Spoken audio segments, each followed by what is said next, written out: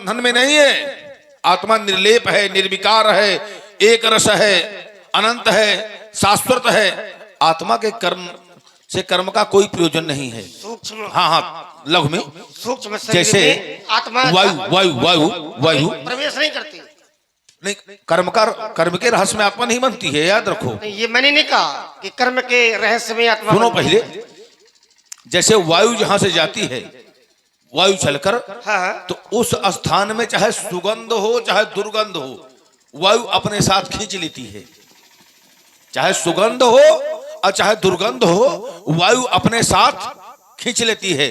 ठीक उसी प्रकार जब देहावसान होता है तो मन, बुद्ध, चित्त, अहंकार, इन चारों को आत्मा अपने साथ लेती है। चारों को खींच लेती है, मन, बुद्धि, चित्त और अहंकार।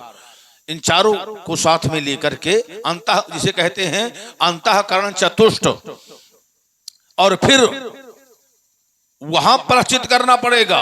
और जब प्रायश्चित हो जाएगा तो फिर शरीर धारण करना पड़ेगा, और कहो सीधे शरीर धारण करना पड़े और फिर भोगना पड़े। तो ये कर्म का रहस्य है।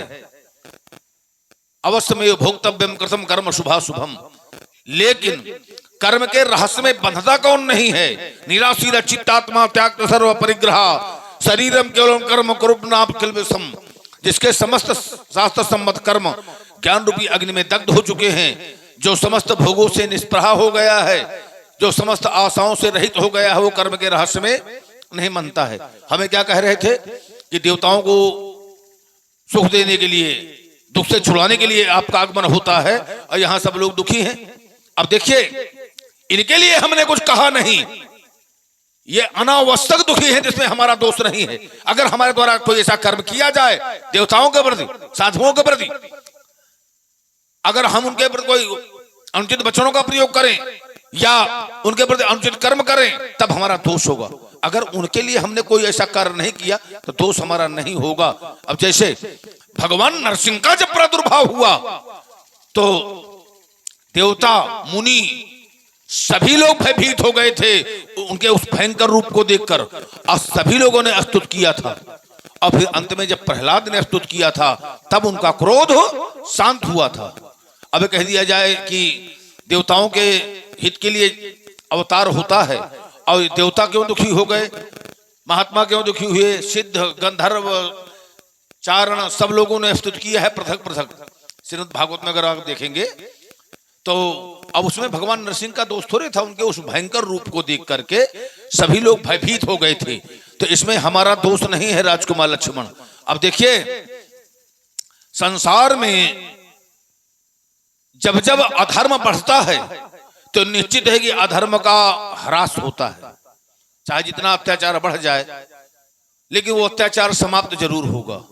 जो मार्ग है, जब व्यक्ति मार्ग अपना छोड़ देता है, अनुचित मार्ग अपना लेता है, तो निश्चित है कि पतन होता है। और जब अगर सुगम मार्ग अपना लेता है तो जथा धर्मशीलन के दिन सुख संयोत जाए। सदैव उसी प्रकार अनादिकाल तक पीढ़ी दर पीढ़ी वो सदैव सुखी बने रहते हैं। और अगर कहीं पूर्वजों के द्वारा अनुचित कर्म किए गए तो कभी कभी ऐसा भी होता है कि आने वाले समय में उनका वंश समाप्त हो जाता है। अगर अनुचित रूप से धन कमाया गया तो आने वाली पीढ़ी उससे हानि में पहुंचेगी, उनका विनाश होता है। इसीलिए लोग अनुचित रूप से धन नहीं अर्जित करना चाहते कि उस समय तो सुखी होंगे जब तक पुण्य बने रहेंगे, और जब पुण्य समाप्त होंगे ना और आने वाली पीढ़ी होगी तो ये प्रायश्चित उनको भोगना पड़ेगा और उनका फिर विनाश होगा। ठीक है, तो कर्म का रहस्य शाश्वत है, उसको कोई मिटा नहीं सकता है राजकुमार। अब परमात्मा में कर्म का रहस्य नहीं होता। बोले कर्म शुभाशुभ तुम्हें न बाधा, अब लग तुम्हें न काहू साधा। परमात्मा कर्म के रहस्य में नहीं बनते हैं। तो हमारे द्वारा जो भी कुछ किया गया है और जो भी हम कुछ कर रहे हैं, तो इस पर धर्म ने सदैव चिंतन किया है। हमने धर्म का चिंतन नहीं किया। हमसे पहले जितने हुए हैं उन्होंने धर्म का चिंतन किया है, और हमने धर्म का चिंतन नहीं किया। धर्म ने हमारा चिंतन किया है कि परशुराम जी के द्वारा कौन से ऐसे कार्य किए जा रहे हैं और उसी में मुझे अपनी संस्तुति देना है। कुरुक्षेत्र के समंत पंचक में रक्त के हमने 5 सरोवर भर दिया था। समंत पंचकम क्षेत्रम योस्त्रयो विधिष्ठया ये क्षत्रियाम महिम कुर्वन् और रामः शस्त्र भृतांबरः नृपाणो रुद्रो घ्रेण पत्र चक्रे महाहृदान इजेच भगवन् रामो पत्रा स्पष्टोपि कर्मणा। देखिए और महाराज, उसी रक्त से रक्तांजलि दिया था। हमारे पितर प्रसन्न हुए थे, आशीर्वाद दिया था कि तुम्हारा परुष कभी पराजित न होगा। बिल्कुल महाराज। देखिए आपने मेरी ही बात का समर्थन किया।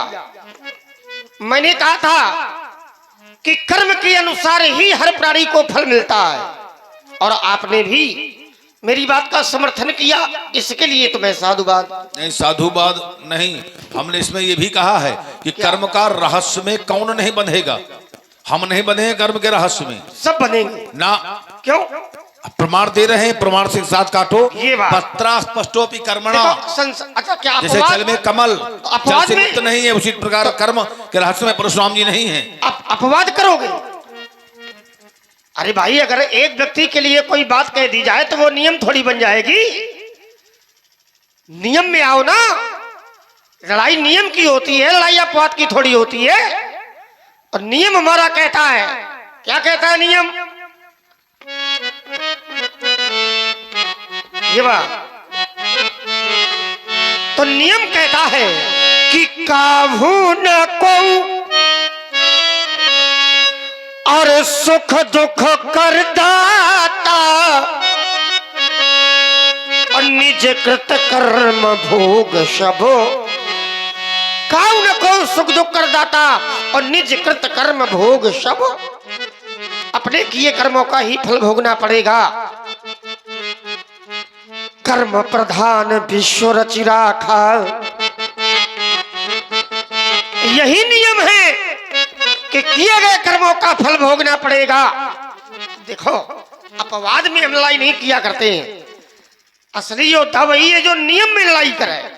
अब आप नहीं हो उसमें, तो आप अपवाद के रूप में हो, है ना। अब हाँ, अब जैसे परमात्मा के लिए है, व्यास जी, राम बाबू जी, परमात्मा के लिए कोई कर्म बाधा नहीं है।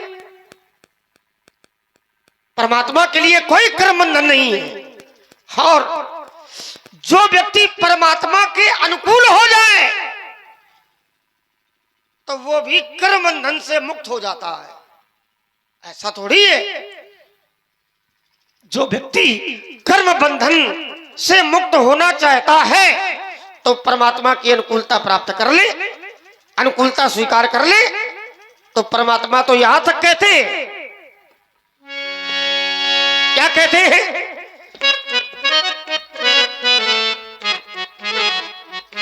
तो परमात्मा कहते हैं कि सन्मुख हो और जीव मोही जब ही, तो जन्म कोटि अघ नासो तब ही।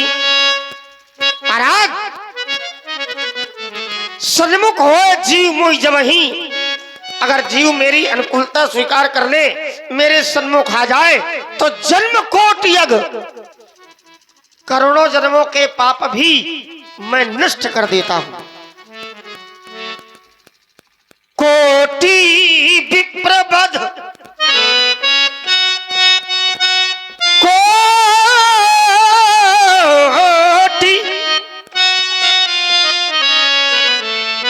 ये बात, अरे कोटि विप्रबध, अरे ला गई जाहू, तो आए शरण अजिए नहीं ताहू। अगर करोड़ों विप्रों के वध का भी पाप लगा है और मेरी शरण में आ जाए तो मैं उसे भी क्षमा कर देता हूं। तो करना पड़ेगा, उसके लिए भी कर्म करना पड़ेगा। अरे महाराज, अगर ये जीव चाह ले तो क्या नहीं कर सकता है। जीव कर्मों के माध्यम से तो परमात्मा के समान हो जाता है। सिद्धांत कहता है, उल्टा नाम जपत जग जाना,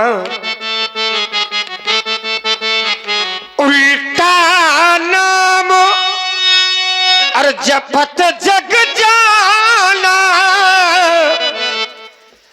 अरे वाल्मीक भय बोले ब्रह्मो समान। इस कोटि को भी व्यक्ति प्राप्त कर सकता है, कर्म करना पड़ेगा। कर्म बंधन में सब है, पर जब परमात्मा के लिए कोई सिद्धांत आ जाए तो वहां कर्म बंधन नहीं लगता है। और अगर परमात्मा की शरण प्राप्त कर ले व्यक्ति, परमात्मा की अनुकूलता प्राप्त कर ले, संसार से आसक्ति छोड़ करके परमात्मा के चरणों में अपना जीवन समर्पित कर दे, तो वहां से भी कर्म बंधन छूट जाता है। आइए, आपने कहा जैसे एक आध्यात्म का दर्शन आया था, स्थूल शरीर, सूक्ष्म शरीर और कारण शरीर। तो महाराज ये मैं भी जानता हूं कि जो आत्मा है वो निर्लेप है, न जलाई जा सकती है, न काटी जा सकती है, न मारी जा सकती है।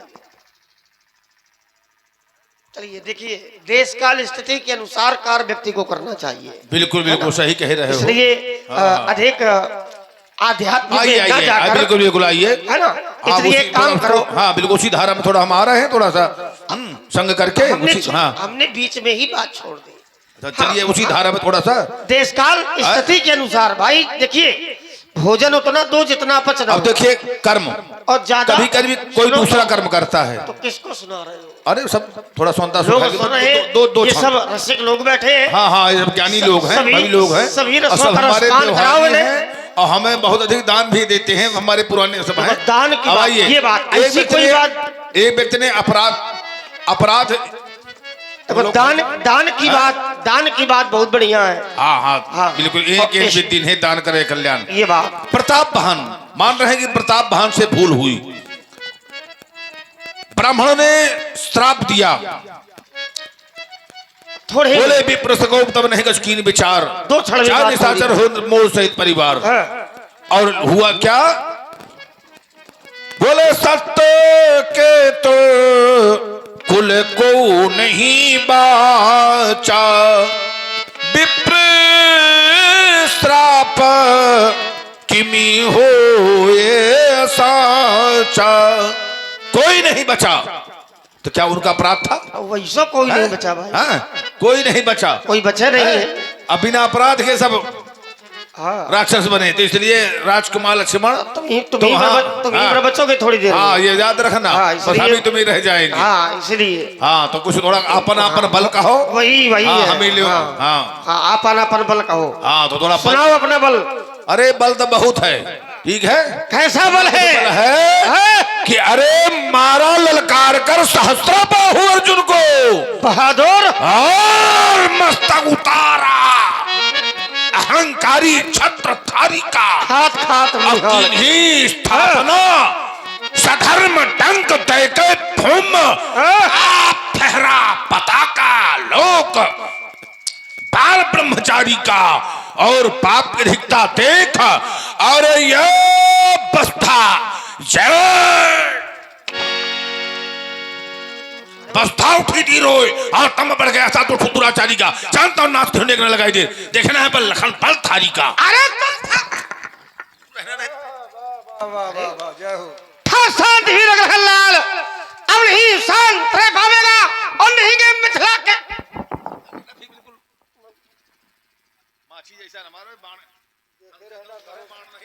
धनुष खाना जाए, आगे भी काम पड़ेगा। लाल, अब नहीं शांत रह पावेगा और नहीं गए मिथिला के बाहर तो युद्ध भी छिड़ जाएगा, योग नहीं करेंगे टास, और यह सोलत की प्यास जाएगी लखनलाल के क्रोध ज्वल से, ये धरा भस्म हो जाएगी। रणचंडी कहती पुकार, अरे बाबा स्वयं भगवती है, और निकल चलो खदान किनारे। हाँ हो जाए दो आप, अब बाबा खुली चुनौती है। अरे बतूनी बात, पिता की पार बंधन से बाढ़ में बहाऊंगा, देखो ना देह में दमक रही दावानल दशरथ के द्वारे को ताड़ पहुंचाऊंगा। चांद की जनाई चांद जाओ के जागेश्वर और चांद की खैर नहीं और काट के और यही बेतवा में भाऊंगा और यति न करूं तो आज शब्द है दिगंबर की अस्त्र शस्त्र त्यागी वीर परशुराम ना कहूंगा। तो महाराज लखन लखेना और पीठ न दिखाओ। देखो लखन लखेना आइए ललाम तलारी को और लोल प्रभु लाभ लोहा उठावेंगे, काटेंगे कंटकार कूर करा हरण की और कोरी कल्पनाओं को कसरत कला लेंगे, छोड़ेंगे बाहर, तब छक्के छूट जाएंगे और जब तक छकोगे नहीं तब तक छकाएंगे। होगी ना हमारी हार, हम हंसेंगे। फिर क्या करोगे? तुम्हारे साथ खेलेंगे और जब खेलेंगे तो वार होगा अस्त्र का और जब अस्त्र का वार होगा तो क्या होगा? खेलेंगे तो हाय हाय करके चिल्लाओगे और महेंद्राचल की रास्ता भूल जाओगे। अरे क्रोधी तनमन क्रोधी जीवन यह वीर भेष मेरा परिचय। मैं शंकर का क्रोधानल हूँ, कर सकता जगती छार छार। ओ डमरू की प्रलय ध्वनि और जिसमें नचता मैं नरचंडी गया तप्त प्यास, मैं दुर्गा का उन्मत्तहास, मैं यम की प्रलयंकर पुकार, जलते मरघट का धुआं थार पाई पीकर सब मर जाते हैं। मैं बिस्तर करके हूँ बिस्तर, फिर क्यों न रहेगा तुम मुझको जलचेतन में कैसा विस्मय क्रोधी तन क्रोधी जीवन ये वीर भैक मेरा परिचय। आज लौट जाओ महेंद्राचल, नहीं तो ये दांत खट्टे बनाऊंगा। अपनी सही से आए हो मिथिला में अभिमान सारा क्षण भर में उठाऊंगा। सरसों मार धरी और क्रोध कर विराज शत्रु के सोड़ेत की सरता बहाऊंगा। ऐती न करूं तो शबद प्रभु चरणों की अस्त्र शस्त्र त्याग मैं लखन लाल ना कहूंगा। अरे हे बिना क्या तोड़ा है बिना जाने वाके भूतदंड का तुमसे भी दिखाऊंगा। थार के पार को छाड़ को त्याग बोध आर्न प्राणियों को ढांकण लाऊंगा। जान मन से जलतर को सहाय करे काट कर कुठार से धूल में मिलाऊंगा। अरे महाराज एक बात बता दूं, मुझसे लड़कर विजय पाना चाहोगे तो तुम मेरे और अंदर की अरे पकड़ पाओगे, चीखोगे चिल्लाओगे पछताओगे। निज वाक्य पर ऐसा रोऊंगा कि रोने न पाओगे। कुठार से काटने की बात न करना। अरे बीतेगी ऊपर अपने गुरु बाबा शिव शंकर को बुलाओगे। लक्ष्मण के चक्कर में न पड़ो, समझा रहा हूँ बार बार। तो और नहीं तो वैसा गिराऊंगा ऊंचकने ना। अरे जीवन है संग्राम और यहाँ दिखते केवल पानी वाले। मैं महाप्रलय का जलधर हूँ, पानी रग रग में भरा हुआ पानी की अमर कहानी है। पानी से सब जग हरा भरा, फिर पानी खो देने वाले का ऊपर माथ नहीं उठता। पानी से सोने का पान सूर ले मस्तक काट नहीं सकता। फिर ये जीवन का चातक चाहत है सो पाले। पानी जीवन है संग्राम और यहाँ टिकते केवल पानी वाले। अरे महाराज यमदग्नि के छैल छबीले सुनाओ और ज्यादा न करो हमसे मनमानी। मरबे धनुआ में चढ़ाकर बाढ़ तो टूटी हैं ये दतियां। अब भूलिए बतियां सगरी सलजानी छुड़ जाए मात्र ही समय और छुड़ जाए महेंद्राचल राजधानी और लक्ष्मण के पाले पर यो तो ढूंढे न मिली चुरू। अरे दशरथ के छेल छबीले सुनो ना करो लक्ष्मण हमसे मनमानी। मजबे फरसा टूटी है दतिया बोली है बतिया सिगरी साई। रोई है तुम्हारी अम्मा बुढ़ीवा महतारी और रोई वो मंथरा कुबरीवा और छुट जाए अयोध्या राजधानी। और भृगुनंदन के पाले पर हो और चाहे भृगुनंदन के पाले पर हो अरे ढूंढे न मिले कुल नाम निशानी।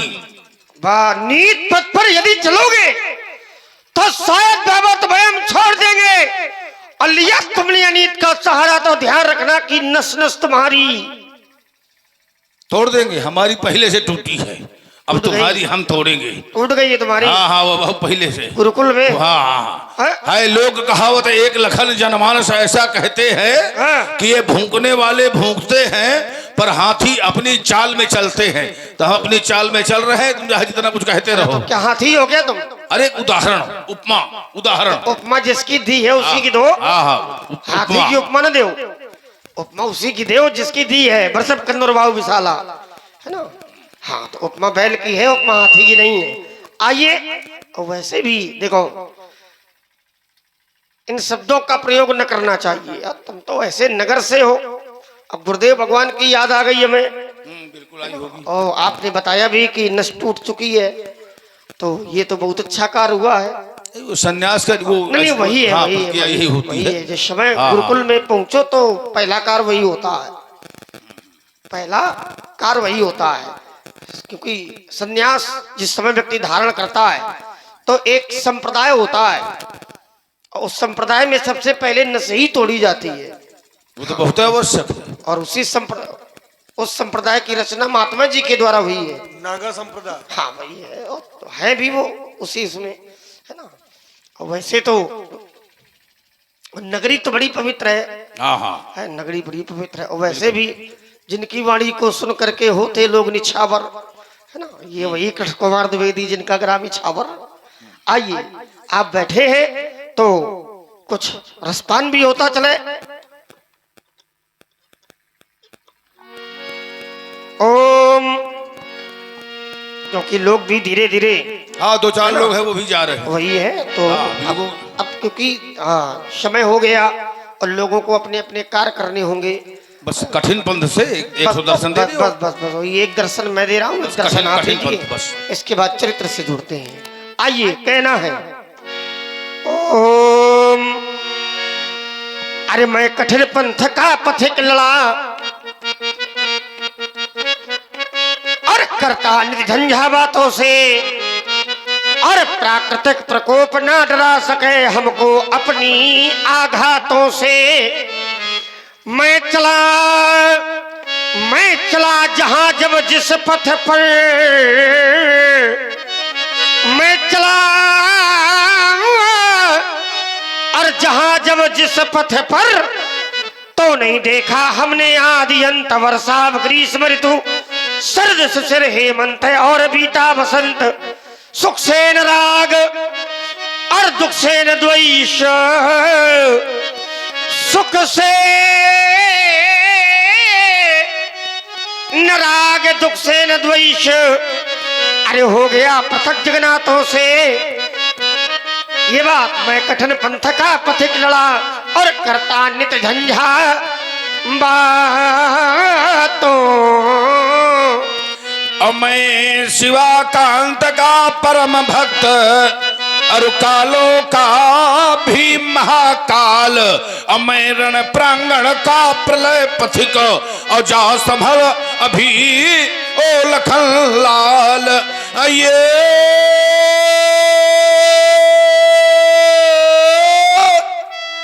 चंद्रमौल की देन परसू, ये रण इतिहास बनाता है, और साए साए जा पवन चले तो खाव खाव चिल्लाता है। जाता हो जबरण क्षेत्रों में तरण नृत्य योगनी दिखलाती, और फिर भैरव रागा ला पाए, ये लहुलुहान महिपन जाए।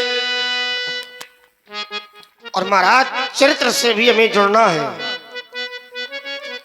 इसलिए काहे वो लखन,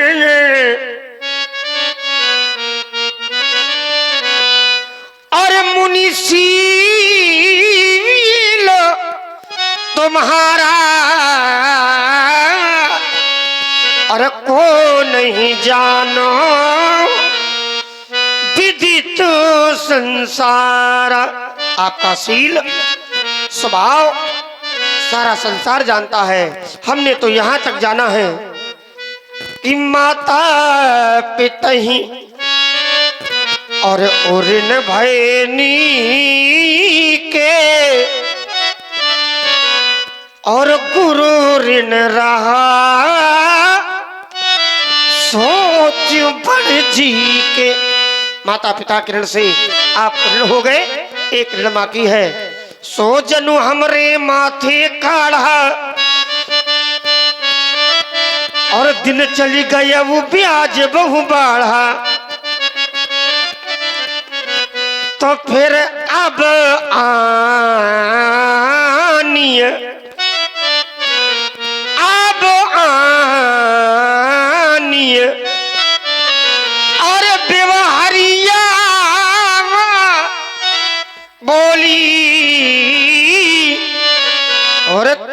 तो देव मैं थैली खोली। आप भिखारी बुला ले, जितने लोग बैठे हैं सभा में गिनती के ही लोग हैं, तो सबको बुलाकर बढ़िया दिव्य आशीर्वाद प्रदान करिए। और आइए सब लोग। हाँ, अब आनी बेहरिया बोली। तो जितने लोग बैठे हैं ये केवल सुनने के लिए, देखने के लोग ही के लिए ही बैठे हैं, नहीं ये लोग भी सो जाते और ये घर में जाकर अपना काम करने लगते। आइए, सबसे पहले तो आप आए, हमें बड़ी प्रसन्नता हो रही है। धन्य है तुम्हारे माता पिता कि उन्होंने कम से कम ऐसे संस्कार दिया है कि आप यहाँ बैठे हैं और बालक के समेत यहाँ पर उपस्थित हैं, तो हमें बड़ा हर्ष हो रहा है। आइए आइए बालक, आयुष्मान भव, दीर्घायु भव। आइए इधर इधर। बहुत सुंदर बालक भविष्य में माता पिता के इसकी वृद्धि करे, बालक दीर्घायु हो, परमात्मा से ऐसा हम निवेदन कर रहे हैं। और आइए सब आप लोग भी आ जाइए, कम से कम वर्ष में एक बार ऐसा समय प्राप्त होता है। पूर्व में जब लीला का शुभारंभ यहाँ हुआ था तो बहुत संख्या थी, बहुत भीड़ थी, तब धीरे धीरे करके ऐसा लग रहा है कि लोगों को अब कम समझ में आ रहा है या अधिक समझदार हो गए। वैसे इस समय रहना चाहिए बहुत लोगों को। आइए आइए आइए आइए, आयुष्मान बहुत चिरंजीव भव। बड़ी हमें प्रसन्नता हो रही है, कम से कम इतने बुद्धिमान लोग हैं तो बहुत लोगों को ऐसे संदर्भ में रहना चाहिए। भगवान की लीला देखिए सबकी है, मन कामना सिद्ध नर पावा और जे है कथा कपट जगावा। इस संदर्भ का एक प्रमाण है कि जो भी इच्छा होती है मनोकामना व्यक्ति की पूरी होती है, क्योंकि अब इससे सुंदर लीला संपूर्ण मानस में और कुछ भी नहीं होती है। ये संवाद अत्यंत स्वरूप है। आइए आइए, आयुष्मान बहुत चिरंजीव हो, परमात्मा सदैव सद्बुद्धि दे, सबके यहाँ उत्सव बना रहे। आयुष्मान भव, आयुष्मान भव। और आइए अनिल, आयुष्मान भव कम से कम तुम्हारे द्वारा दूरभाष के माध्यम से आइए आइए, आयुष्मान भव। तो कम से कम जितने भी यहाँ पर हमारे यूट्यूबर पधारे हुए हैं तो पता नहीं इतनी दूर से चलकर आए हैं। देखिए, और दूरभाष के माध्यम से जो भी कुछ यहाँ हो रहा है, किया जा रहा है, बोला जा रहा है, वो सब दृश्य कैद करके देश विदेश हर जगह ये पहुंचाएंगे, लोग देखेंगे, तो उससे कम से कम गांव के गौरव की वृद्धि होती है। इस गांव का नाम इछौरा है और बेतवा नदी के तट पर स्थित है, और जो हमारा आश्रम है, हमारा ग्राम है तो इछावर है, तो इसलिए इस ग्राम से हमारा बहुत बड़ा लगाव है। और प्रारंभ जब यहाँ से हुआ लीला का, प्रारंभ हुई लीला, तो प्रारंभ में हमारा आगमन हुआ, तो यहाँ के लीला का वटवृक्ष जब रोपित हुआ तो उसमें हमारा भी सहयोग है, तो इसलिए इस लीला से हमारा बड़ा अगाध प्रेम है। समस्त जनमानस के लिए, जो यहाँ नहीं है, सब लोगों के लिए शुभ आशीर्वाद है कि यहाँ की लीला अनादिकाल अनंत काल तक चलती रहे, गांव में शांति बनी रहे, किसी से किसी प्रकार का कोई विवाद ना हो, आदि व्याधि यहाँ प्रवेश ना करे, सब लोगों में सहमत बनी रहे, नाना प्रकार के उत्सव हों और मंगलकार हों, ऐसा परमात्मा से, भगवान शिव से निवेदन कर रहे हैं। और सब लोगों के लिए शुभ आशीर्वाद है, मंगल कामना है। सर्वे भवन्तु सुखिनः, सर्वे सन्तु निरामया, सर्वे भद्राणि पश्यन्तु मा कश्चित् दुख भाग भवेत्। और मानस के माध्यम से व्यास जी अब दर्शन में अति विनीत, मृदु और शीतल का समावेश करवाया जाए। आइए,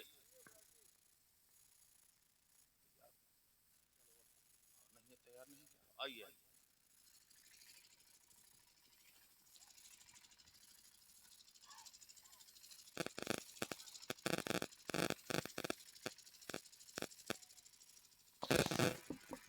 हेलो,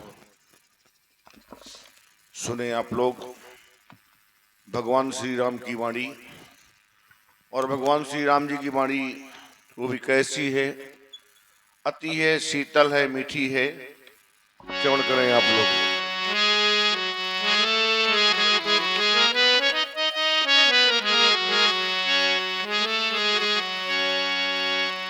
आती बिनी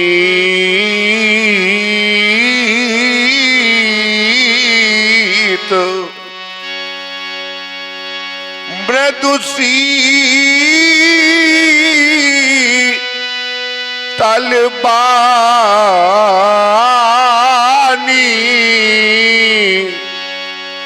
बोले हु राम बोले हु राम